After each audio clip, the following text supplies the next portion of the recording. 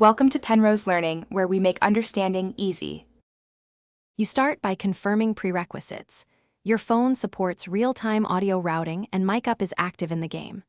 Open your chosen voice changer app, pick a simple preset, and grant microphone permissions.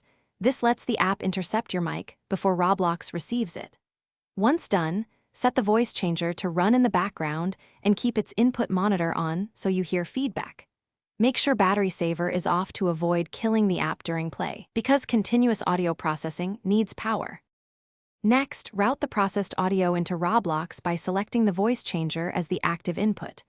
On Android, pick the virtual mic in system audio settings. On iOS, use the app's audio session and enable background audio. You should test immediately. Join mic up, speak a short line, and listen to your output through headphones.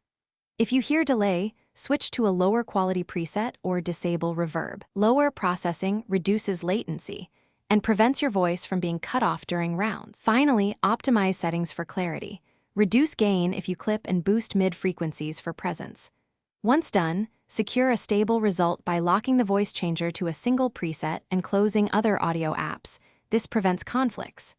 If Roblox still doesn't pick up the altered voice, restart both the voice app and Roblox or toggle microphone permissions.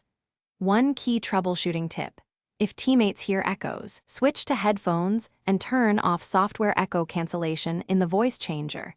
This usually fixes feedback and distortion. Thanks for watching. If this was helpful, leave a like and consider subscribing. See you next time.